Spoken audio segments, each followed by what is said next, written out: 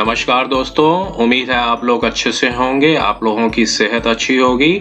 अगर आपने मेरे कुछ वीडियोस देखे हैं, अगर आपको वो पसंद आए हैं तो कृपया उन्हें लाइक कर दीजिएगा और इस चैनल को सब्सक्राइब कर दीजिएगा ताकि समय-समय पर आपके समक्ष नए-नए वीडियोस आते रहें। दोस्तों, मैंने ये वीडियो इसलिए बनाया है, एक क्वेरीज ने मुझसे एक बार कहा था कि आप एक वीडियो बनाइए जो 498 ए और 406 के डिफेंस के लिए एक वीडियो बनाइए। मैंने आप लोगों के लिए एक फ्रेश वीडियो बनाया है कि how to defend 498 A 406 IPC and other common charges for the matrimonial cases. दोस्तों, जैसे मैंने बता रखा है कि मैंने ऑलरेडी एक वीडियो बना रखा है, वो स्टेप बाय स्टेप प्रोसीजर की जो जानकारी है वो उस वीडियो में पूरी आपको अवेलेबल होगी। अगर आपने इस चैनल में नए हैं तो अगर आप उसको सब्सक्राइब कर लेंगे तो आपको आसानी से वीडियो लोकेट हो जाएगा। और अगर फिर भी कुछ डाउट है वो इस वीडियो से आपका काफ़ी हद तक कवरेज हो सकता है, क्योंकि ये सिर्फ वीडियो मोर रिफाइंड करके बनाया गया है कि किस तरीके से डिफेंड किया जाए। जो पहले जो वीडियो बनाया हुआ है उसमें ये बताया हुआ है कि स्टेप बाय स्टेप प्रोसीजरल जानकारी के बारे में बताया गया है कि महिला सेल से लेके date of order of acquittal तक का बारे में बताया गया। अब डिफेंसिव स्ट्रेटेजीज कैसे बनानी चाहिए, किस तरीके से होनी चाहिए, तो थोड़ा सा हम इस वीडियो में बताने का प्रयास करेंगे ताकि मैक्सिमम से मैक्सिमम लोगों को बेनिफिट हो सके। और प्लीज आप इस वीडियो को मैक्सिमम लोगों तक शेयर कीजिए ताकि जो लोग परेशान हैं, जानकारी का पास जिनके पास अभाव है, वो जानकारी की अभाव की वजह से ज्यादा उनको परेशानी ना झेलनी पड़े। जरूर ये वीडियो कुछ हद तक मरहम के तौर पे काम जरूर करेगा।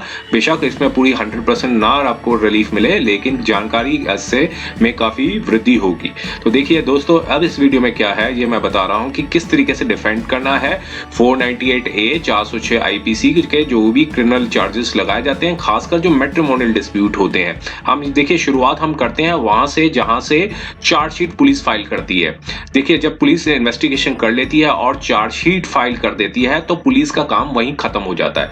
तो पुलिस दोबारा एक बार कोर्ट में चार्जशीट फाइल कर दे तो फिर उसके बाद पुलिस का कोई रोल नहीं रह जाता, अनलेस कोई पुलिस को कहा ना जाए कि आप एक सप्लीमेंट्री चार्जशीट फाइल कीजिए। लेकिन जब एक दफा पुलिस चार्जशीट फाइल कर देती है तो पुलिस का रोल वहीं खत्म हो जाता है। सिर्फ काम रह जाता है वहां पे कोर्ट का, आपका और जो कंप्लेनेंट है और जो प्रोसिक्यूशन है उनके बीच का रोल रह जाता है। पुलिस ने तो अपनी असिस्टेंस दे दी पुलिस के, क्योंकि जो भी केस है, अब देखिए हम ये उन केसेस के बारे में डिस्कस कर रहे हैं जो 498 के केस जो पुलिस द्वारा चार्जशीट के दौरान चार्जशीट जिसमें फाइल की जाती है, ये वो केसेस है। और एक होते हैं डायरेक्ट कंप्लेंट केसेस, उस केसेस उसके बारे में हम इस वीडियो में नहीं जानकारी मतलब डिस्कस करेंगे। हम सिर्फ जो cases instituted on the police report, जो पुलिस रिपोर्ट के आधार पे जो केस चालू किए जाते हैं, जो केस मतलब जो जिसमें कॉजनेंस लिया जाता है, मजिस्ट्रेट कोर्ट जो कॉजनेंस लेती है, हम उसी केसेस के बारे में डिस्कस करेंगे। और हम ये मान के चलेंगे कि चार्जेस हैं जो सिंपल लगे हुए हैं 498 ए 406 और 323 504 506 या फिर 34 और सेक्शन 34 डाउरी प्रोहिबिशन एक्ट के, जो बेसिकली यही केसेस चार्जेस लगाए जाते हैं। जो कंप्लेंट कोई भी झूठी कंप्लेंट डालता है, सीरियस चार्जेस इसलिए नहीं लगाती क्योंकि पुलिस का भी रोल इन्वॉल्वमेंट हो जाती है, क्योंकि पुलिस को भी इन्वेस्टिगेशन करके कुछ दिखाना पड़ता है। तो इसलिए मैकेनिकली जो भी चार्जशीट फाइल की जाती है, जो एज पर द एनसीआरबी का जो डाटा है कि 93.6% केसेस में जो क्राइम इंडिया जो स्टैटिक्स 2012 का जो कहता है कि 93.6% में चार्जशीट फाइल की जाती है। तो मेजॉरिटी केसेस में जो पुलिस है वो मैकेनिकल चार्जशीट फाइल करती है। उस मैकेनिकल चार्जशीट में क्या होता है कि सिर्फ कंप्लेंट की कंप्लेंट ली जाती है, उसकी जो डाउरी आर्टिकल की जो लिस्ट ली जाती है, उनकी जो स्टेटमेंट है वो रिकॉर्ड की जाती है विटनेसेस की, और जो कोई एमएलआर होती है वो रिकॉर्ड की जाती है, या फिर दहेज का जो भी सामान बरामद हुआ या जो बरामद नहीं हुआ, ऐसी जो लिस्ट बना के बस काम पुलिस अपना यही काम खत्म कर देती है। वो कहती है अब आप लोग जाने और जो कंप्लेनेंट जाने, और जो भी काम है सब काम प्रोसिक्यूशन के ऊपर डाल देती है। तो बेशक कई लोगों को ग्रीवेंसेस आती है कि इन्वेस्टिगेशन ठीक से नहीं की गई, और इसके लिए मैंने ऑलरेडी एक वीडियो बना रखा है। अगर आपने उसको देख लेंगे तो आपके सारे डाउट्स क्लियर हो जाएंगे। आप replies to the queries session number 1 है, उस पर जरूर देख लीजिएगा, क्योंकि डिफेक्टिव इन्वेस्टिगेशन का भी की वजह से कोई अक्यूज्ड का राइट नहीं बन जाता कि उसको भी रिलीफ मिल जाए या कोई एक्विटल हो जाए। तो देखिए वो सब चीजें बियॉन्ड द स्कोप हो जाती हैं। अब हम इस चीजों पर चलते हैं। इस वीडियो पे देखिए 498 के जो लोग एकदम जो लोग नए हैं और जिन लोगों ने जरा भी कोई जानकारी नहीं है, सिर्फ नंबरों से सिर्फ देखते हैं कि हाँ एफआईआर में कंप्लेंट लिखी हुई है, 498 लिखा है, 406 लिखा है, ये होता क्या है, तो थोड़ी सी जानकारी मैं यहाँ देना चाहूंगा। 498A एक तरह का क्रिमिनल ऑफेंस बनाया है इंडियन पीनल कोड में, जिसे कहा जाता है cruelty cause to the married women. तो इसमें जो सजा है वो 3 साल तक की होती है। और 406 जो है वो क्रिमिनल ब्रीच ऑफ ट्रस्ट है। ये उसे कहा जाता है जैसे कोई किसी ने कोई सामान दिया, उसको इंटरेस्ट किया और आदमी ने उस सामान को मिस एप्रोप्रिएट कर लिया, खासकर जैसे दहेज का जो सामान दिया, उस दहेज के सामान को मिस यूज कर लिया, जब मिस एप्रोप्रिएट कर लिया, तो ऐसे में 406 की धारा लगाई जाती है, जो कि जिसकी सजा भी 3 साल तक की होती है। और क्रिमिनल इंटिमिडेशन होती है, धमकी देना या ये देना, वो उसके लिए 506 की धारा बना रखी है, 323 बना रखी है सिंपल हर्ट की जो डेफिनेशन है वो 300 जो सजा की जो बनाई गई है धारा, वो 1 साल तक की सजा है सिंपल हर्ट की डेफिनेशन बेशक आप इंडियन पीनल कोड्स को देखेंगे तो उससे आपको आराम से मिल जाएगी। और सेक्शन 34 डाउरी प्रोहिबिशन एक्ट, ये अलग ये इंडियन पीनल कोड में नहीं है, लेकिन ये डाउरी प्रोहिबिशन एक्ट, ये सारे सेक्शन मोस्ट प्रोबेबली जो है जो मैकेनिकली जो पुलिस फाइल करती है वो चार्जेस इस केसेस में लगते हैं। तो अब कई लोगों का क्वेश्चन उठता है, देखिए डिफेंस के लिए रिगार्डिंग में हम यही बताना चाहेंगे कि कई लोग पूछते हैं कि क्या हम केस खुद लड़ सकते हैं। हाँ बिल्कुल आप अपना केस खुद भी लड़ सकते हैं, लेकिन कोई ये क्रिमिनल मैटर होता है, कोशिश कीजिए कोई लोकल एडवोकेट हायर कीजिए और उस पर नजर रखिए। और अगर लोकल एडवोकेट को आप अफोर्ड नहीं कर सकते तो एक सादे एप्लीकेशन आप कोर्ट में फाइल कीजिए, और कोर्ट में जब डेट होती है उस डेट पर आप फाइल कीजिए और कहिए कि हम अफोर्ड नहीं कर सकते हैं। अपना जो भी इनकम सर्टिफिकेट, आधार कार्ड, जो कोई आइडेंटिटी कार्ड, जो पैन वगैरह जो भी है अपना, वो आप फाइल कर सकते हैं। साथ में जो भी अपनी आइडेंटिफिकेशन एस्टैब्लिश कर सकते हैं, ड्राइविंग लाइसेंस भी कर लगा सकते हैं, जब वोटर आई कार्ड, कोई भी अपने सारे डॉक्यूमेंट्स आप लेके जा सकते हैं और साथ में आप अपनी एप्लीकेशन के साथ लगा सकते हैं। कोर्ट आपकी जो एप्लीकेशन है लीगल एड सेल पे देगी, ताकि आपको एक फ्री जो वकील है, जो फ्री लीगल एड है, जो भी पैनल में एडवोकेट्स होंगे उसमें से आपको अपॉइंट किया जाएगा।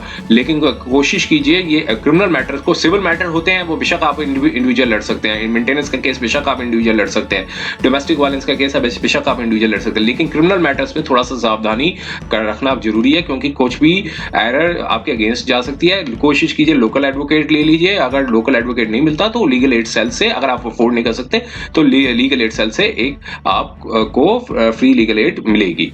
तो देखिए, जब अब क्या होता है कि पुलिस ने एक चार्जशीट फाइल कर दी, चार्जशीट में चार्जेस लगा दिए गए, और पहली जब हियरिंग डेट होती है, अब पहली हियरिंग डेट पे हम चलते हैं। पहली हियरिंग डेट पे क्या होता है, देखिए पहली हियरिंग डेट पे हो सकता है ऑपोजिट पार्टी आए, जैसे कंप्लेंट क्या है, लड़की वाले आए, उनके घर वाले आए, ह्यूमिलेट करने की कोशिश करेंगे, चिल्लाएंगे, तो आपको अपना जो टेम्पर है वो लूज नहीं करना है, आपको कूल रहना है, काल्म रहना है, क्योंकि बेशक वो क्राउड को अपनी तरफ सिंपैथी लेने की कोशिश करते हैं, मेजॉरिटी केसेस में ऐसा होता है, तो लेकिन आपको कूल रहना है एकदम, मतलब जो भी है आई कांटेक्ट नहीं रखिए दूसरे पार्टीज के साथ, और जो है अपना बस कंसंट्रेट जो है जो अपने केस के ऊपर ध्यान दीजिए। तो क्योंकि हर केस में देखिए कोर्ट में 50 से 60 केसेस होते हैं, तो कई जैसे मेट्रोपॉलिटन कोर्ट्स हैं वहां पे तो सिविल और क्रिमिनल केसेस अलग अलग होते हैं, उसमें भी 30-40 केसेस तो रेगुलरली पर डे होते हैं। और अगर कई जो स्टेटों की कोर्ट्स हैं वहां पर जो जुडिशियल मजिस्ट्रेट फर्स्ट क्लास होते हैं वो दोनों केसेस देखते हैं, वो सीनियर सिविल जज जूनियर डिवीजन भी होते हैं, साथ में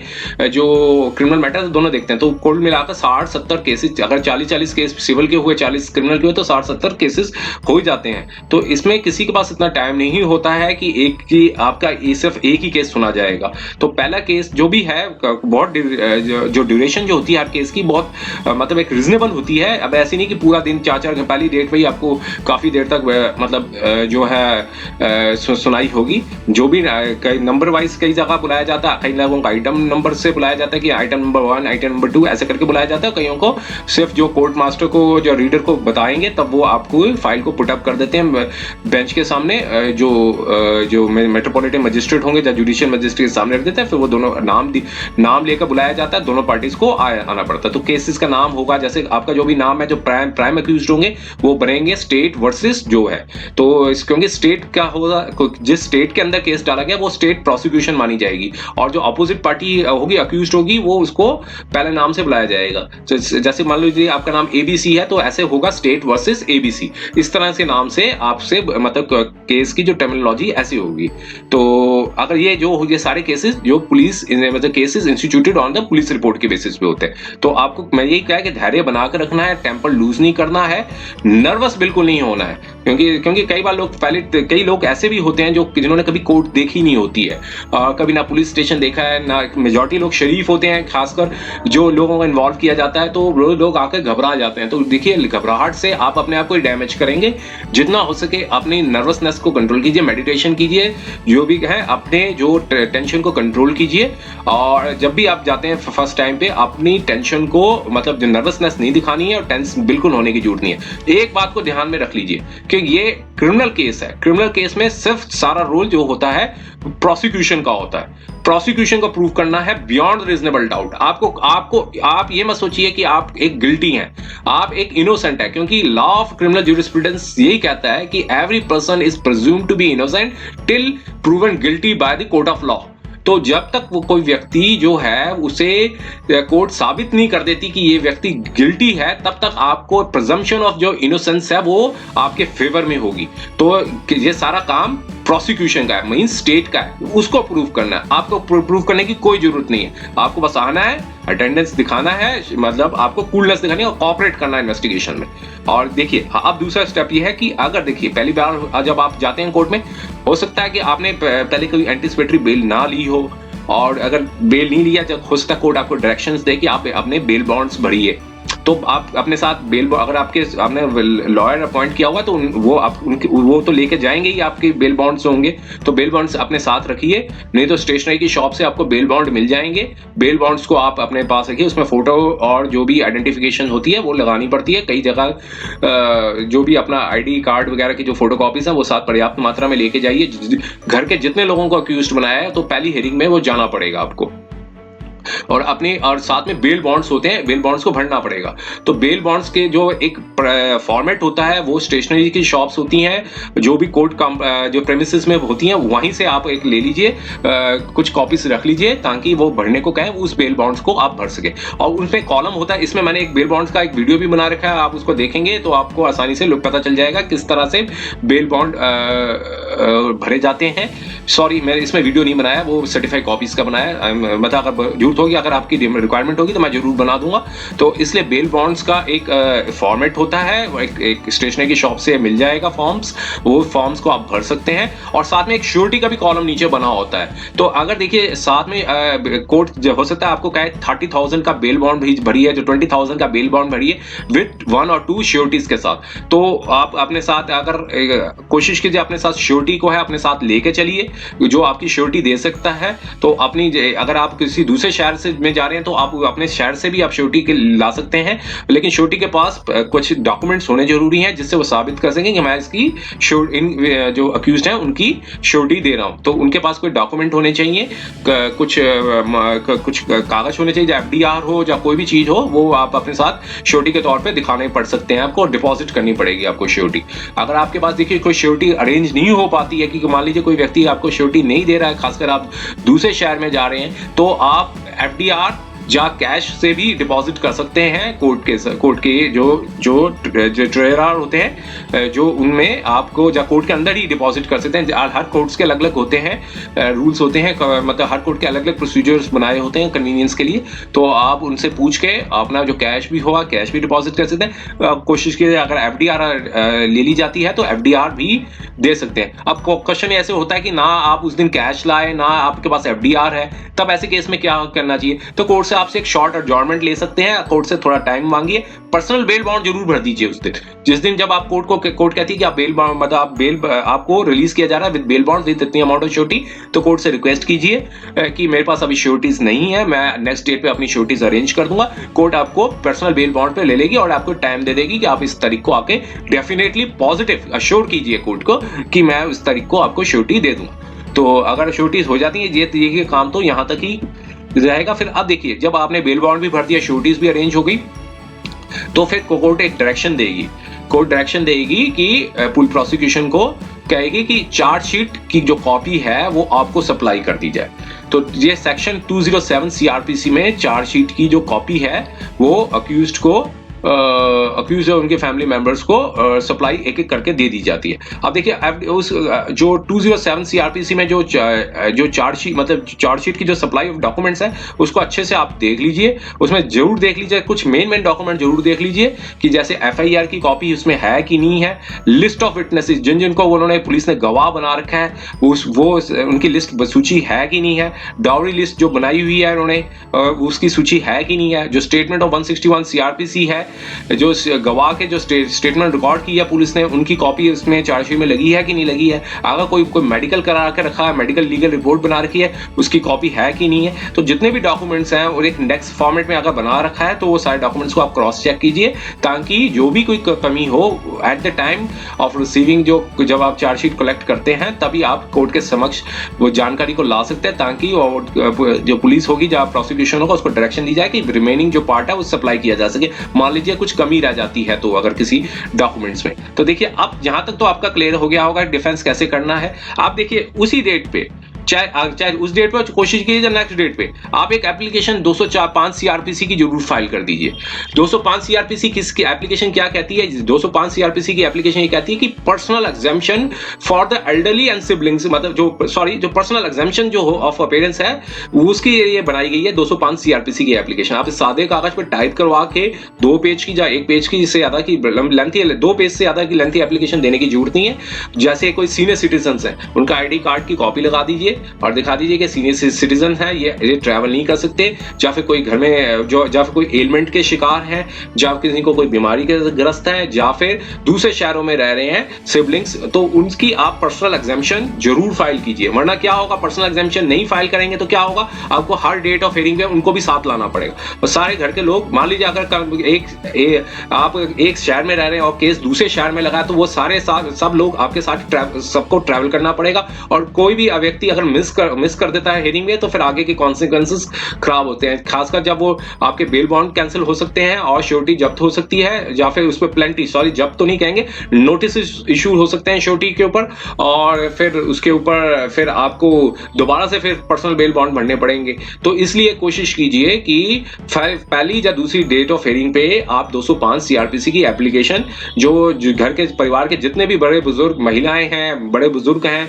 और बच्चे जो फिर स्कूल में जाने वाले व्यक्ति हैं, जो कॉलेज में जाने वाले मतलब जो सिबलिंग्स हैं या फिर नौकरी कर रहे हैं दूसरे शहरों में, उनमें ग्राउंड्स लीजिए कि प्राइवेट जॉब कर रहे हैं, फ्रीक्वेंट ट्रैवलिंग से उनकी जॉब में छुट्टी नहीं मिलेगी और उनकी नौकरी जा सकती है, या फिर जो बड़े बुजुर्ग हैं उनको ट्रैवलिंग नहीं कर सकते, उनकी सेहत पर असर पड़ सकता है। तो ऐसे ग्राउंड्स आप रखिए, बिना ग्राउंड्स के एग्जामिशन नहीं मिलेगी। अगर आप एग्जामिशन के ग्राउंड्स उठाएंगे तो आपको कोर्ट को देनी पड़ेगी, अगर नहीं देती हैं तो फिर इसके लिए भी आगे कानून प्रावधान बने रखे हैं, लेकिन इसके लिए आप पहली या दूसरी हियरिंग में 205 सीआरपीसी की एप्लीकेशन जरूर लगाइए। हस्बैंड को हो सकता है ना मिले, रेयर केसेस में ही हस्बैंड को मिलती है, लेकिन परमानेंट एग्जामिशन नहीं मिलती है और कोर्ट ऐसे केसेस में पर्सनल एग्जामिशन दे देती है बाकी परिवार के दूसरे सदस्य को, लेकिन साथ में इस कंडीशन पे या एक अंडरटेकिंग भी ले लेती है कि जब कोर्ट बुलाएगी तब आपको हाजिर होना पड़ेगा। वो कब बुलाती है, जैसे चार्जेस जब फ्रेम होंगे उस पर चार्जेस पर सिग्नेचर कराने पड़ते हैं तब उस तारीख को जाना पड़ेगा, और जब 313 में जब स्टेटमेंट रिकॉर्ड की जाती है तब उस तारीख पे आपको मतलब घर के सदस्यों को जाना पड़ेगा। तो फिर क्या होता है, जब आप एक एप्लीकेशन फाइल कर देंगे तो क्या होगा कि उस सेम डेट पे एग्जामिशन नहीं मिलेगी, उसके लिए एक नोटिस देंगे, क्योंकि आप ऑपोजिट पार्टी जो है प्रोसिक्यूशन है वो कंप्लेंट जैसे बताएगा वो उसकी भी एडवाइस सुनेगा, और हो सकता है कि जब नोटिस इश्यू हो और कंप्लेंट उसका रिप्लाई लेकर आए कि नहीं जी इनको पर्सनल एग्जामिशन नहीं मिलनी चाहिए। तो इसलिए जिस दिन आप एप्लीकेशन मूव करेंगे तो कोर्ट एक डेट देगी, नेक्स्ट डेट देगी for the reply of the मतलब नोटिस इशूड और for the reply to the जो एप्लीकेशन अंडर 205 सीआरपीसी की एप्लीकेशन का रिप्लाई जो होगा वो लेगी उस डेट पे, और हो सकता है जो उस पे ही आर्गुमेंट भी कर ले। तो इसलिए नेक्स्ट डेट देगी for the argument on charges and और रिप्लाई ऑफ द एप्लीकेशन। तो अगर आप नहीं मूव करते हैं एप्लीकेशन तो 1-2 हियरिंग के बाद चार्जेस के लिए वो मतलब कोर्ट है डेट फिक्स कर देगी। अगर मैं 2 डेट इसलिए बोल रहा हूं कि कल को कोई बेल बॉन्ड नहीं भरे होंगे तो जब तक बेल बॉन्ड और सारी श्योरिटी कंप्लीट नहीं होगी तब ये चार्जेस के लिए जो केस है वो लिस्ट किया जाएगा। तो और इस दौरान आप देखिए, अब एक और चीज बताई है कि डिफेंसिव स्ट्रेटेजी में ये भी चीज है कि अगर परिवार के दूसरे सदस्य जो आपके साथ नहीं रह रहे हैं, जो रिश्तेदार हैं, उनका नाम भी अंदर डाल दिया गया है, तो ये सब सुनहरा मौका होता है क्वेश्चनिंग पिटीशन डालने के लिए। वो ये परिवार के वो सदस्य जो साथ नहीं रह रहे हैं, उन पर डायरेक्ट एलिगेशंस नहीं लगी हैं, वो क्वेश्चनिंग पिटीशन के लिए जरूर जाएं हाई कोर्ट में। 482 सीआरपीसी के अंदर अपना जो रेमेडी है वो जरूर अवेल करें। लेकिन इनमें चांसेस उनके बहुत कम है जो घर एक ही परिवार में रह रहे हैं, एक ही छत के नीचे रह रहे हैं, एक ही मकान में रह रहे हैं, उनकी जो स्कोप है क्वेश्चनिंग का जो है वो काफी कम होता है। और जो दूसरे देशों में रह रहे हैं या दूसरे शहरों में रह रहे हैं और जो जीरो कांटेक्ट में है, उनका जो क्वेश्चनिंग का जो स्कोप है काफी हाई होता है। तो इसलिए क्वेश्चनिंग के लिए जरूर जाइए। और क्वेश्चन के लिए जब डाल देते हैं तो फिर जो ट्रायल कोर्ट हो सकता है, ट्रायल कोर्ट का जो प्रोसीडिंग्स है उसको जो माननीय हाई कोर्ट है वो स्टे भी कर सकती है जब तक क्वेश्चन की जो पिटीशन जो है वो डिस्पोज ना कर दी जाए। तो इस पे डिले भी हो सकता है इस केस में। और अगर डायरेक्ट एलिगेशंस लगी हैं तो फिर इसमें स्कोप बहुत मिनिमल है। तो ये सब आपको खुद डिसाइड करना, अपने विवेक से डिसाइड करना है कि आपको जाना चाहिए कि नहीं जाना चाहिए, क्योंकि सबके केसेस अलग होते हैं, सबकी जो एलिगेशंस अलग अलग, नेचर ऑफ एलिगेशन अलग अलग तरीके से होती है। तो ये ऐसे केसेस में मैंने जो आउटलाइन है वो मैंने आपको बता दिया, समझा दिया। इस पे आपको क्या करना है, इस पे आप उसी हिसाब से एप्रोप्रिएट डिसीजन लीजिए। तो देखिए आगे फिर क्या है, देखिए अब क्या होता है नेक्स्ट हियरिंग डेट पे। नेक्स्ट हियरिंग डेट पे क्या है कि प्रोसिक्यूशन जो होगा वो, अगर आपने 205 सीआरपीसी की एप्लीकेशन लगा रखी है तो वो आपकी एप्लीकेशन को अपोज करेगा। वो हो सकता है वो काउंटर रिप्लाई फाइल करे कि वो कहे कि नहीं अभी चार्जेस फ्रेम नहीं हुए हैं, ये दूसरे शहरों में भी जा रहे हैं, ये मतलब अच्छे खासे इंसान है, इनको नहीं मिलनी चाहिए। मतलब बेसिकली उनका जो होता है मेन ऑब्जेक्टिव होता है हरास करना होता है। तो वो आपकी एप्लीकेशन को अपोज करेगा। तो हो सकता है कोर्ट उस डेट पे आपकी जो हियरिंग के दिन अडजॉर्न कर दे और आर्ग्यूमेंट्स के लिए वो रख दे केस को, मतलब एप्लीकेशन को। और इसी तरह जब तक आर्ग्यूमेंट्स नहीं हो जाते एप्लीकेशन पे, या फिर हो सकता है दोनों को साथ ही ले ले, कहा है कि चार्जेस के भी आर्ग्यूमेंट्स हम सुन लेंगे, साथ में 205 की भी ले लेंगे। ये कोर्ट की अपनी डिस्क्रिप्शन है, लेकिन मोस्ट प्रोबेबली यही होता है कि अडजॉर्न कर देती है नेक्स्ट डेट पे ताकि आर्ग्यूमेंट्स उसके लिए सुन सके। और फिर उसमें क्या नेक्स्ट डेट पे क्या होगा कि मोस्ट प्रोबेबली आपकी जो पर्सनल एग्जामिशन जो होगी, जो रिलेटिव्स की जो है पर्सनल एग्जामिशन होगी, वो अलाउड कर दी जाएगी। और फिर विद अंडरटेकिंग देने को कहेगी कि आप जब भी कोर्ट बुलाए तो आपको उस डेट पे आना होगा। और अडजॉर्न कर देगी, फिर उसी दिन अडजॉर्न कर देगी केस को मतलब आर्ग्यूमेंट्स ऑन द चार्ज के ऊपर। चार्जेस के लिए कई कोर्ट्स जो हैं वो मैकेनिकली लगा देती है, बहुत रेयर कोर्ट्स हैं, लेकिन वैसे आर्ग्यूमेंट्स होने बहुत जरूरी हैं जब तक चार्जेस के जो फ्रेम करने के लिए भी आर्ग्यूमेंट्स होते हैं। फिर अब क्या होता है नेक्स्ट हियरिंग डेट पे क्या होगा। नेक्स्ट हियरिंग डेट पे आपको उस दिन तैयार होके जाना है। अगर किसी पे वो एलिगेशंस नहीं लगी हैं, डायरेक्ट एलिगेशंस नहीं लगी, जो रिलेटिव्स हैं, जो दूर रह रहे हैं, जो बुजुर्ग हैं, जिनको कोई रिलीफ नहीं मिला है, तो बेशक वो 239 सीआरपीसी की एक एप्लीकेशन फॉर द डिस्चार्ज के लिए लगा सकते हैं, लेकिन स्कोप बहुत मिनिमल रह जाता है। अगर मान लीजिए अगर क्वेश्चन की पिटीशन डिसमिस हो चुकी है, फिर तो डिस्चार्ज का कोई स्कोप नहीं रह जाता है। अगर जो लोग नहीं क्वेश्चन के लिए जा पाए, वो लोग सोचते हैं जो ट्रायल के लिए ही ट्रायल में ही उनको डिस्चार्ज करवाना चाहते हैं, तब फिर आप 239 सीआरपीसी में एप्लीकेशन लगाइए डिस्चार्ज की, जिन पर डायरेक्ट एलिगेशंस नहीं लगी है। नहीं तो अगर एलिगेशंस लगी हैं तो फिर ऐसे मेजॉरिटी केसेस में एप्लीकेशन डिसमिस ही होती है 239 सीआरपीसी। फिर क्या है कि आर्गुमेंट्स सुनती है चार्जेस के ऊपर, और रेयर केस में ही, बहुत रेयर केस में ही हो सकता है कि चार्जेस फ्रेम ना करे, लेकिन वैसे मेजॉरिटी केसेस में जो, क्योंकि अपॉर्चुनिटी देती है प्रोसिक्यूशन को कि आप अपना केस को प्रूव करो, तो ऐसे में प्रोसिक्यूशन का केस जब पड़ रहा होता है वो भारी होता है ऐसे पॉइंट पे। जब तक जो चार्जेस फ्रेम नहीं होते तो उसका पूरा अपॉर्चुनिटी देती है। मान लीजिए अगर चार्जेस से निकाल भी दिया तो फिर क्या होगा, प्रोसिक्यूशन आगे रिवीजन पिटीशन डाल देगा, फिर सेशन कोर्ट में जाएगा। सेशन कोर्ट में भी कितने महीने तक, कितने साल तक लंबित रह सकता है। तो अगर जल्दी निकलना चाहते हैं, तो अगर डायरेक्ट एलिगेशंस नहीं लगी हैं तो कोशिश कीजिए जितना जल्दी हो सके डिस्पोज कराने की, मतलब प्रोसीडिंग्स को जितना जल्दी हो सके निकलने की कोशिश कीजिए। अगर मान लीजिए अगर चार्जेस आपके हटा दिए ट्रायल कोर्ट ने, तो प्रोसिक्यूशन पूरी मतलब जो होगा, कंप्लेंट जो होगा वो कोशिश करेगा, वो रिवीजन पिटीशन डालेगा, क्योंकि सेशन कोर्ट भी वहीं होगी उसी जगह पे जहां ट्रायल कोर्ट चल रहा है। तो रिवीजन डालेगा। रिवीजन पे क्या होगा कि ट्रायल कोर्ट का जो रिकॉर्ड है सारा का सारा बुला लिया जाएगा। हो सकता है ट्रायल चालू भी ना हो जब तक रिवीजन पिटीशन डिस्पोज ना हो जाए, तो उसमें भी 6 महीना साल तो तो लग ही जाएगा, अगर डिपेंड करता है कि कौन सी स्टेट में केस लगा हुआ है। तो देखिए अब ये है कि आगे क्या होगा कि कोर्ट अडजॉर्न कर देगी, मतलब सॉरी आर्गुमेंट्स को सुनेगी और रिजर्व कर देगी, या तो ऑर्डर को रिजर्व कर देगी या फिर सेम डेट पे ही ऑर्डर जो है वो कह देगी कि आप अपने चार्जेस फ्रेम कर दे, मतलब चार्जेस है ऑर्डर दे देगी फ्रेमिंग ऑफ चार्जेस के ऊपर। अब जिनको एग्जामिनेशन मिली हुई होगी उनको कहेगी नेक्स्ट डेट पे आइए और आपने चार्जेस पे साइन सिग्नेचर कीजिए, और फिर एक क्वेश्चन पुट अप करती है क्वेश्चन। तो ये कोर्ट नेक्स्ट हेडिंग डेट पे उसी डेट पे या नेक्स्ट हेडिंग डेट पे यही कहेगी कि चार्जेस फ्रेम करेगी। चार्जेस फ्रेम करने के बाद एक क्वेश्चन पुट अप करेगी कि आप क्या गिल्टी प्लीड करते हैं कि नहीं करते। तो आपको हमेशा ये करना है कि आपको हमेशा ये बोलना है कि नॉट प्लीड गिल्टी, क्योंकि always plead not guilty and say कि we are ready to face the trial. हो सकता है कि आपको कई लोग बहका दें कि नहीं लंबा ट्रायल चलेगा, क्या झूठ है, लिख कन्फेस कर लो, कोर्ट कोई सजा नहीं देगी, हो सकता है रेप्रीमेंट करके छोड़ दे, लेकिन ये बहुत आपके अगेंस्ट में जा सकता है। ऐसे केसेस में हर बारी यही कहना है कि I don't want to plead guilty, या फिर I am not guilty, I don't want to plead guilty, I am ready to face the trial. तो यही कहना है कि आई एम नॉट गिल्टी, ठीक है। ये इस वर्ड पे ज्यादा फोकस करना है, नॉट गिल्टी। तो वो कोर्ट ये कहेगी डू यू प्लीड गिल्टी, तो ये से नहीं, मैं आई प्लीड नॉट गिल्टी, तो I am ready to face the trial. तो इस प्रोपोर्शन पे आपको फोकस करना है। गिल्टी कभी नहीं कहना है, क्योंकि अगर कहते हैं कि मैं गिल्टी कर रहा हूं कि मेरे पास पैसे नहीं है, मैं ट्रायल फेस नहीं कर सकता, तो तब कोर्ट भी तब ये कहेगी हम लीगल एड दे देते हैं। इसलिए रीअश्योर करने के लिए 2-3 बार पूछ सकती है। अगर नॉट गिल्टी है तो काम खत्म हो गया, तो बस सिग्नेचर करवाएगी और चार्जशीट पे चार्जेस पे सिग्नेचर ले लेंगी, और फिर आपको कोर्ट जो है नेक्स्ट डेट दे देगी कि प्रोसिक्यूशन को नेक्स्ट डेट देगी कि आप अपने विटनेसेस लेकर आइए। तो यहां तक तो क्लियर हो गया होगा सबका, सब व्यूअर्स का।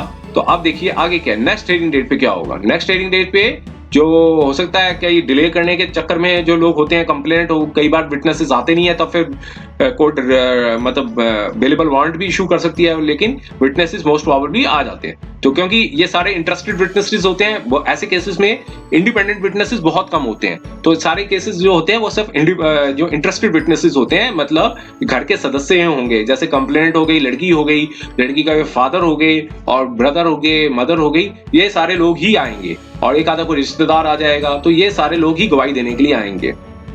तो प्रोसिक्यूशन विटनेसेस जो बुलाए जाते हैं वो एक एक करके बुलाए जाते हैं, और जब भी विटनेस का एग्जामिनेशन रिकॉर्ड होगा तो कोई भी विटनेस साथ नहीं रहेगा, सब विटनेसेस को कोर्ट रूम से बाहर किया जाएगा। तो और उन सबकी जो एग्जामिनेशन जो प्रोसिक्यूशन है वो कहेगा कि आप बताइए आपके साथ क्या क्या हुआ था। तो इसे जो अपनी डिस्क्रिप्शन देगा वो से एग्जामिनेशन चीफ कहा जाता है। इस बात का ध्यान रखिए कि प्रोसिक्यूशन कोई लीडिंग क्वेश्चन ना पूछने पाए। लीडिंग क्वेश्चन मतलब कि क्या, मतलब हाँ या ना में जवाब देने वाला क्वेश्चन, या फिर ऐसा क्वेश्चन जिससे जो आंसर भी उसी के अंदर हो। जैसे पूछ सकता क्या ये लोग आपको मारते थे, क्या ये लोग आपसे कभी डाउरी की डिमांड की थी इन्होंने। तो ये तरह के क्वेश्चन लीडिंग क्वेश्चंस होते हैं। इस तरह से क्वेश्चन कोशिश देखिए, ध्यान देखिए कि कोई प्रोसिक्यूशन या कंप्लेंट का विटनेस कंप्लेनेंट का एडवोकेट है वो ये क्वेश्चन ना पूछने पाए। तो बस सिर्फ उसको अपनी डिस्क्रिप्शन में बताना है कि आगे क्या हुआ था, किस तरीके से हुआ था, बस आगे कब कैसे क्यों, वो सारी चीजें पूछने का राइट है उनका। और क्या मतलब हाँ या ना वाले जो क्वेश्चंस हैं, लीडिंग क्वेश्चंस हैं, वो पूछने का कोई राइट नहीं है। जो भी उसकी नॉलेज में होगा वो एग्जामिनेशन चीफ में जो विटनेस होगा वो बोलेगा। फिर आपका राइट जब एग्जामिनेशन चीफ हो जाता है तो फिर आप उसका राइट बनता है क्रॉस एग्जामिन करना। देखिए क्रॉस एग्जामिन जरूर करना है हर विटनेस को। अगर क्रॉस एग्जामिन नहीं करते किसी विटनेस को तो फिर वो क्या होगा कि उसकी जो टेस्टिमोनी होगी वो मान ली जाएगी, तो वो आपके अगेंस्ट जाएगी। अगर नहीं कर पा रहे हैं क्रॉस एग्जामिन, जब आपके पास समय नहीं है, तो एडजॉर्नमेंट मांगिए कि शॉर्ट एडजॉर्नमेंट मांगिए, कोर्ट आपको एडजॉर्नमेंट दे देगी कि नेक्स्ट डेट पे आप जो विटनेस होंगे उसका क्रॉस एग्जामिन कर सके। कुछ क्वेश्चनर्स हैं, उसके क्वेश्चनर्स को आप अपने साथ लेकर आइए ताकि और जो आपके जो भी एस्टैब्लिश कीजिए उस क्वेश्चनर्स को, और क्वेश्चनर से जितने भी इनकंसिस्टेंसीज हैं, डिस्क्रिपेंसीज हैं, कॉन्ट्रडिक्शंस हैं, वो क्रॉस एग्जामिनेशन में आपका पूरा राइट है उसको एस्टैब्लिश करना। और लीडिंग क्वेश्चन जरूर पूछिए, ओपन एंडेड क्वेश्चन बिल्कुल मत पूछिए ऐसे केसेस में कि क्या हुआ था, किस तरीके से हुआ था। ऐसे क्वेश्चन डिजाइन कीजिए, वो उसके लिए मैंने एक वीडियो भी बना चुका हूं, अगर आपको नहीं देखा तो उसको आप जरूर देखिए, इससे आपको काफी ज्यादा हेल्प होगी।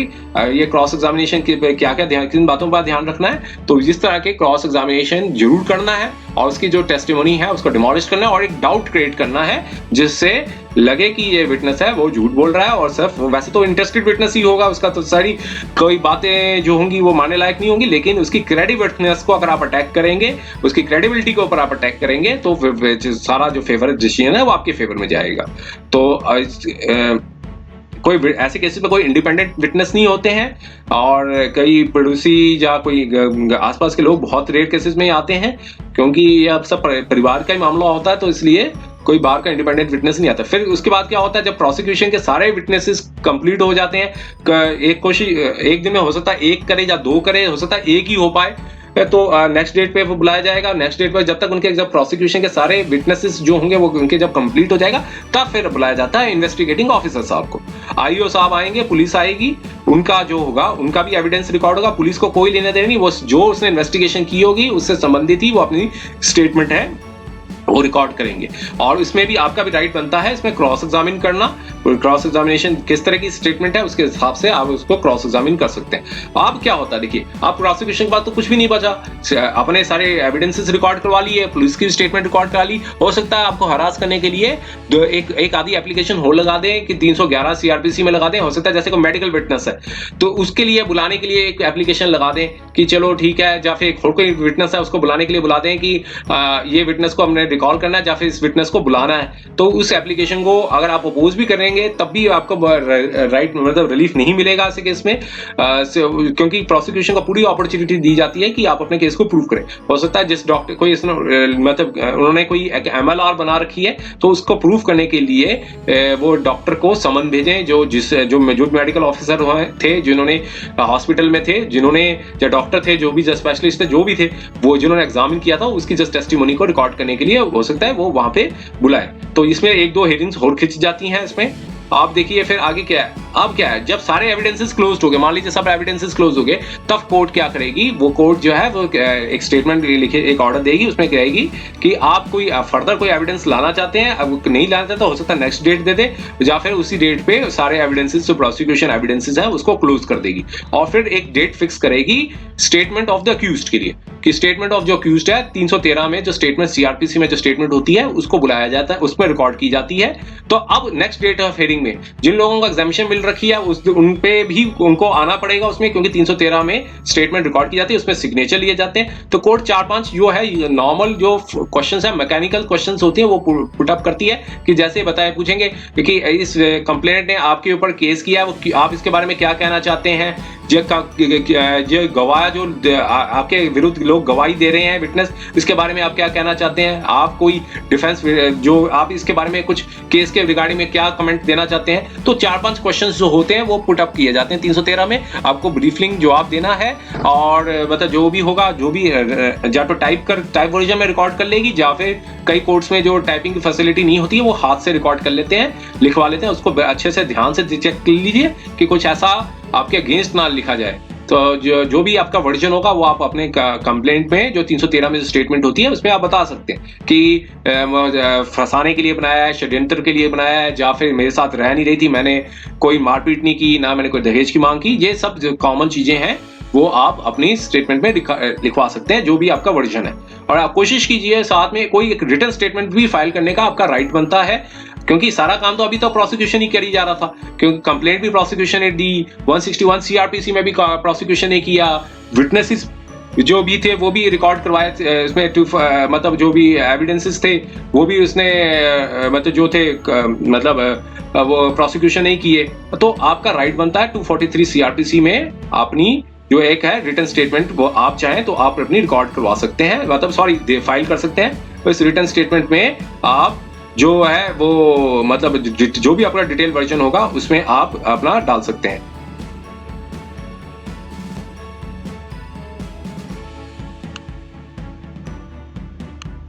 तो दोस्तों फिर आगे क्या होता है कि जब कोर्ट डेट फिक्स कर देती है डिफेंस विटनेस के लिए, तो इसमें कोई कंपल्शन नहीं है आपको डिफेंस विटनेस एविडेंस देने की। लेकिन अगर आप कोई डिफेंस विटनेस देना चाहते हैं आप दीजिए, लेकिन कोई कंपल्शन नहीं है। लेकिन अगर कोई आप इस बात पर आपको हमेशा ध्यान रखना है कि अगर कोई डिफेंस विटनेस आप लेकर आ रहे हैं, अगर कोई भी उसने कोई स्टेटमेंट दे दी जो आपके विरुद्ध जा रही है, तो आपका केस डिमोलिश हो सकता है। इसलिए बेटर यही है कि कोई भी डिफेंस विटनेस लीड कीजिए, बेशक लीड कीजिए, जो आपको आपके फेवर में बता सकते हैं, जो फेवर में गवाही दे सकते हैं, बेशक लीड कीजिए, लेकिन उस चीज पर भी ध्यान रखिए क्योंकि ऐसा डिफेंस विटनेस जो आपके अगेंस्ट दे देता है, कोई विटनेस या क्रॉस एग्जामिनेशन में कोई ऐसी स्टेटमेंट आपके अगेंस्ट दे देता है, तब आपका केस पूरी तरह से डिमोलिश्ड होने की संभावना बढ़ जाती है। तो इससे बेटर यही है कि डिफेंस विटनेस अगर कोई क्रेडिबल डिफेंस विटनेस नहीं है तो आप डिफेंस विटनेस बेशक मत लीड कीजिए, क्योंकि सारा काम जो है वो प्रोसिक्यूशन का ही है कि उसको प्रूव करना है बियॉन्ड द रीजनेबल डाउट। और ये भी कोई ग्राउंड नहीं बनता है कि अगर आपने कोई डिफेंस विटनेस नहीं लीड किया है तो ये केस आपका कमजोर हो जाएगा। आपके डिफेंस कोर्ट जो है क्रिमिनल मैटर्स में जो डिफेंस को विटनेस को देखती नहीं है, वो सब डिफेंस विटनेस का रोल तब ज्यादा इंपॉर्टेंट है अगर मान लीजिए कोई आपको कह दे कि सॉरी, जब मान लीजिए आप उस शहर में है ही नहीं है और आपको कह दिया गया कि इस शहर में, जो आपको फेवर में बता सकते हैं या फिर अक्रेंस है या फिर ऑनर्स ऑफ प्रूफ है जो डिफेंस के ऊपर साबित हो, डिफेंस को साबित करना हो कि अक्यूज्ड को साबित करना हो, सॉरी, कि ये मतलब जो ऑफेंस है अक्यूज्ड ने नहीं किया है। क्योंकि क्रिमिनल मैटर्स में बर्डन ऑफ प्रूफ जो है इंडियन एविडेंस एक्ट के मुताबिक, जो बर्डन ऑफ प्रूफ है वो सारा काम प्रोसिक्यूशन का होता है प्रूफ करने को। अगर कई दूसरे मैटर इश्यूज होते हैं, जैसे डाउरी डेथ का जो केस होता है 304B का होता है, जब 113B का जो प्रिजम्पशन होती है, वहां जब ऑनर्स ऑफ प्रूफ है वो अगर शिफ्ट हो जाती है अक्यूज्ड के ऊपर, तब फिर डिफेंस विटनेस का रोल इंपॉर्टेंट होता है। लेकिन अगर सिंपल केसेस में 498 406 में डिफेंस विटनेसेस अगर नहीं भी होंगे, अगर, तो इसका मतलब ये नहीं कि आपका डिफेंस है वीक होगा। तो क्योंकि प्रोसिक्यूशन को प्रूव करना है beyond the shadow of the all doubts. तो देखिए अब क्या है, नेक्स्ट हियरिंग डेट में क्या होगा कि फिर आपको डिफेंस विटनेस अगर आप नहीं लीड करते हैं तो कोर्ट जो है वो आपके डिफेंस विटनेस क्लोज कर देगी और नेक्स्ट हियरिंग डेट दे देगी आर्गुमेंट्स के लिए। लेकिन जब आप ऑरल आर्गुमेंट्स, जब आपके फिर उस डेट में आपके आर्गुमेंट्स होंगे, जब आप आर्गुमेंट्स दे देते हैं, ऑरल आर्गुमेंट्स आप करेंगे, उसके बाद बेशक आप चाहें एक रिटन आर्गुमेंट्स आप दे सकते हैं। लेकिन रिटन आर्गुमेंट्स अगर आप पहले दे देते हैं तो काफी चीजें एक्सपोज हो सकती हैं। ऑपोजिट पार्टी के पास जो है इंफॉर्मेशन, आपकी जो कार्ड है वो ला सकते हैं, आपकी जो आर्गुमेंट्स को मतलब काउंटर करने का उनको ऑप्शन मिल सकता है। इसलिए कोशिश कीजिए पहले ऑरल आर्गुमेंट्स कीजिए, ऑरल आर्गुमेंट्स हो जब कंप्लीट हो जाए, जब कोर्ट डेट दे देती है कि ऑर्डर्स के लिए, तब उस दौरान आप साथ में ऑरल आर्गुमेंट्स कंप्लीट होने के साथ ही आप एक मेमो ऑफ रिटन आर्गुमेंट्स भी फाइल कर सकते हैं, जिसमें जितने इंपॉर्टेंट केस लॉज हैं, जो जजमेंट्स हैं, इंपॉर्टेंट जजमेंट्स हैं, जजमेंट्स के ऊपर मैंने एक वीडियो भी बना रखा है, अगर आपने देखा होगा तो आप उसमें वीडियो में आप देख सकते हैं। जजमेंट्स के वीडियो पर भी आप अच्छे से जाएंगे तो आपको मिल जाएगा, क्योंकि इसमें मेरे यूट्यूब चैनल में मैंने 10 इंपॉर्टेंट जजमेंट्स हैं वो कोट कर रखे हैं। आप बेशक वैसी या फिर कुछ ज्यादा इंपॉर्टेंट पॉइंट्स जो कोट करना चाहते हैं आप उसको बेशक कोट कर दीजिए। इससे क्या होगा, आपका केस और ज्यादा स्ट्रांग हो जाएगा। तो फिर ये क्या होगा कि जब आर्गुमेंट्स भी कंप्लीट हो गए तो नेक्स्ट हियरिंग डेट पे आपको एक्विटल कर दिया जाएगा, जो कि एक्विटल का जो ऑर्डर है वो 85% केसेस में आता है, मेजॉरिटी केसेस में।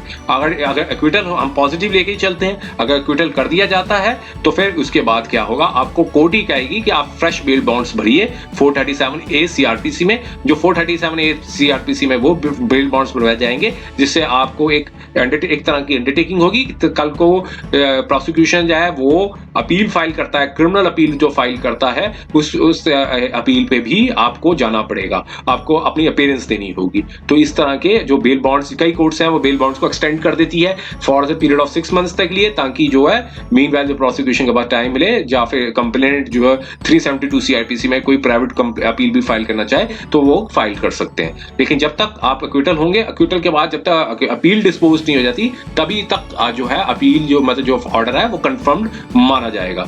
अगर इस दौरान, अगर लिमिटेशन के दौरान भी अगर अपील नहीं फाइल की जाती है, तब अगर अपील का ऑप्शंस मिस हो जाते हैं, अपील नहीं फाइल की जाती है, तब जाकर ये अपील के जो ट्रायल कोर्ट का जो ऑर्डर है वो फाइनल हो जाएगा। तो देखिए ये सारी चीज थी ट्रायल के लिए रिगार्डिंग में। लेकिन इस दौरान देखिए जो हमने नैरेटिव पोर्शन में हमने डिस्कस किया तो काफी इजीएस्ट लगा, हमें बहुत आसान लगा कि हाँ ये तो हो जाएगा। लेकिन जो प्रैक्टिकल पॉइंट ऑफ व्यू से देखा जाए, जो रेगुलरली जो डील किए जाते हैं, जो कोर्ट्स में जो अपीयरेंसेस दिए जाते हैं, तो ये कितना आसान नहीं है, क्योंकि इसमें टाइम कंज्यूमिंग प्रोसेस बहुत है। तो इस तरह की हरासमेंट बहुत तरह की लोगों को फेस करनी पड़ती है, स्पेशली जो लोग दूसरे शहरों में रहते हैं, क्योंकि फ्रीक्वेंट ट्रेवल्स करनी पड़ेंगी। मान लीजिए एक दूसरे शहर में केस लगाया जो जिसकी डिस्टेंस 500-600 किलोमीटर है, तो आपको हर हियरिंग डेट में, मान लीजिए एक डेट महीने में पड़ भी गई, तो आपको आने जाने में कितनी हरासमेंट होगी। एक तो वो चीज होगी, और जरूरी नहीं है एक ही केस होगा, साथ में 125 सीआरपीसी डोमेस्टिक वायलेंस के भी केस होंगे, तो उन सबको भी आपको डिफेंड करने के लिए जाना पड़ेगा। तो फ्रीक्वेंट ट्रैवल से हरासमेंट बहुत ज्यादा होती है, और स्पेशली जब केसेस दूसरे शहर में लगाए जाते हैं, और आपको हर हियरिंग डेट में आना पड़ेगा। ये सबसे बड़ी हरासमेंट है, क्योंकि अगर आपको पर्सनल एग्जामिशन नहीं मिली है और आप हियरिंग डेट में नहीं आते हैं, तो आपको बेल बॉन्ड आपके कैंसिल्ड हो जाएंगे, और श्योरिटीज जो है वो नोटिस इशूड हो जाएगा, और फिर क्या होगा, फिर उसके बाद नॉन बेलेबल वारंट भी इशूड हो सकते हैं आपके अगेंस्ट। तो इसलिए अगर आप वकील लोकल एडवोकेट करेंगे तो ज्यादा अच्छा रहेगा। तो कल को आप किसी कारणवश अगर आप नहीं जा पाते हैं, तो आपके लोकल एडवोकेट होगा, वो आपके बिहाफ पे उस डेट की पर्सनल एग्जाम्पशन लगा सकता है कि इस डेट में ये सर्कमस्टांसेस ऐसे बन गए थे जिसकी वजह से अक्यूज्ड आ नहीं सका, तो कोर्ट उस दिन जो है आपको एग्जेम्प्ट कर देगी, rather than आप एब्सेंट हो रहे हैं। तो इसलिए यहाँ लोकल एडवोकेट की हेल्प, मतलब जो है जो रोल इंपॉर्टेंट हो जाता है। अगर नहीं भी होता है तो आपको जाना तो पड़ेगा हर डेट हियरिंग में। तो ये सबसे ज्यादा बड़ी हरासमेंट है इस केसेस में। और ये देखिए, और प्रोसिक्यूशन जो कंप्लेनेंट है वो पूरी कोशिश करता है आपको मैक्सिमम ऐसे बुला कर हरास करे, क्योंकि दूसरी चीजें अनवांटेड एडजॉर्नमेंट्स बहुत लिए जाते हैं। ये कभी जैसे विटनेस आएंगे नहीं, तो 2 हियरिंग में नहीं आए, तो आने जाने में तो आप जो सफर कर रहे हैं, जो अक्यूज्ड हैं, उनकी तो परेशानी बढ़ती जाएगी। जब मान लो डिलिबरेटली नहीं आ रहे हैं, जब ट्रायल को लंबा खींच रहे हैं, जैसे 311 सीआरपीसी की एप्लीकेशन लगा दी, उसमें 2-3 हियरिंग्स लग गई, तो ऐसे केसेस में जो है अनवांटेड एडजॉर्नमेंट्स है बहुत ज्यादा होती हैं, तो उसकी वजह से हरासमेंट ट्रायल बहुत ज्यादा लंबा हो जाता है। तो और कई बार कैसे होता है, प्रेसिडिंग ऑफिसर्स की ट्रांसफर होती है, मान लीजिए 3-3 साल बाद तो ट्रांसफर होती है, और जब ट्रांसफर का टाइम आता है तो फिर केसेस को एडजॉर्न किया जाता है। फिर जब फ्रेश दूसरे आते हैं तो वो भी फर्स्ट डेट पे अपीयरेंसेस लेते हैं, तो क्योंकि प्रोसीडिंग्स को एक तरह से 2 हियरिंग्स तो वैसे ही मिस हो जाती हैं अगर किसी प्रेसिडिंग ऑफिसर की ट्रांसफर हो जाए। और दूसरी चीजें भी हैं कि जो फाइनल जो पेंडेंसी ऑफ केसेस भी डिपेंड करता है कितनी ज्यादा है। अब तो माननीय सुप्रीम कोर्ट ने एक ऑर्डर दे रखा है कि हर जो ट्रायल को 5 साल के अंदर खत्म करना है, डिस्पोज करना है। देखिए, करने को तो ट्रायल 1 साल में भी हो जाएगा, 1 साल 1.5 साल में, लेकिन जब ट्रायल तो तभी कंप्लीट माना जाएगा जब तक आपके पास फाइनल ऑर्डर नहीं आ जाता। अब फाइनल ऑर्डर अगर आप जब तक कोर्ट में अपोजिट पार्टी या प्रोसिक्यूशन है एडजॉर्नमेंट ले रहा है, या कोर्ट खुद एडजॉर्न कर रही है मैटर्स को, तो जो हरासमेंट जो है अक्यूज्ड की तो बढ़ती ही है ऐसे केसेस में। तो 5 साल तो मान के चलिए कि जो है वो ट्रायल जो है वो चलता है। अब जरूरी 5 साल, मैंने ऑन एन एवरेज बताया है कि ट्रायल जो है 5 साल चलता है। अब ऐसे केसेस भी हुए हैं जब 20-20, 25-25 साल तक भी ट्रायल चलता रहा है उनका, लेकिन अब जो है डायरेक्शंस आ गई हैं। माननीय सुप्रीम कोर्ट की एक केस है, उसकी मैं एक अलग से वीडियो बनाऊंगा, इसमें क्या डायरेक्शंस दी थी। उसमें देखिए 5 साल तक को एक एवरेज मान के चलिए कि 5 साल तक डिस्पोज कर दिया जाएगा केस को, जो भी ट्रायल चलेगा। और अगर तो किसी का हो सकता है 4 साल में हो जाए, वैसे तो 5 साल से ज्यादा भी हो सकते हैं। तो 5 साल तक की ही जो होता है ट्रायल तो मिनिमम चलता है। और अब डिपेंड करता है कौन से शहर में लगा हुआ केस। आप देखिए, कई मेट्रोपॉलिटन सिटीज में पेंडेंसी ऑफ केसेस हाई होते हैं, तो डेटें भी 4-4 महीने की मिलती हैं, 3-3 महीने की मिलती हैं। और छोटे शहर हैं, जो डिस्ट्रिक्ट्स हैं, वहाँ केसेस की संख्या कम होती है, तो वहाँ हो सकता है कि 1 महीने में 1 हियरिंग या 2 हियरिंग्स भी पड़े। तो नेचुरली ऐसे केसेस में जो डिस्पोजल रेट जो छोटे शहरों में होता है वो अधिक होता है। और देखिए, जब 5 साल के जब बीतने के बाद भी क्या होता है, ट्रायल कंप्लीट नहीं होता है, तो अगर ट्रायल कंप्लीट होने के बाद भी एक अपील का प्रोविजन होता है, जो अपील में भी अब इतना टाइम लग जाता है। तो 4 साल अगर आप 5 साल अगर ट्रायल में लगे तो अपील के भी आप क्या एक्शन प्लान बना रखा है कोर्ट्स ने, और क्या किस तरीके का बना रखा है, तो इस तरह की जो अपील्स हैं उसमें भी टाइम लगता है। तो टोटल ऑन एन एवरेज 10 साल मान के चलिए कि 10 साल का जो टाइम है, प्लस माइनस हो सकता है 8 साल में हो जाए, हो सकता है 7 साल में हो जाए, लेकिन ऑन एन एवरेज 10 साल तक का जो टाइम है वो मिनिमम जो एवरेज स्पैन है वो लग ही जाता है 498 के केसेस पे।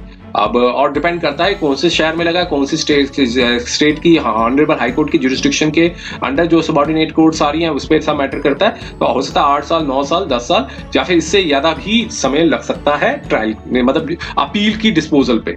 और तो हो सकता है ट्रायल 5 साल या 6 साल में खत्म हो जाए, 5 साल में खत्म हो जाए, अपील जो 1 साल में ही डिस्पोज हो जाए, 1 या 2 साल में हो जाए। लेकिन उसमें भी अगर पेंडेंसी ऑफ केसेस अपील्स की ज्यादा है तो फिर उसमें भी डिस्पोजल का टाइम लग जाता है।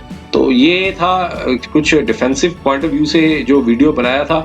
उम्मीद है कि ये वीडियो आपको काफी जानकारी हेतु रहा होगा, और अगर ये वीडियो पसंद आया तो कृपया से लाइक जरूर कर दीजिएगा और इस चैनल को सब्सक्राइब जरूर कर दीजिएगा, और ताकि भविष्य में भी आपके लिए और इस तरह के वीडियोस बना के मेरे सामने प्रस्तुत किए जा सकें। और अगर कोई इसमें आपकी कुछ डाउट हो या लीगल क्वेरी हो, आप जरूर कमेंट बॉक्स के नीचे लिखिए। हम उस क्वेरी को अलग से एक वीडियो में के माध्यम से उस लीगल क्वेरी को सॉल्व करने की कोशिश करेंगे। और समय देने के लिए आपके लोगों का बहुत बहुत धन्यवाद।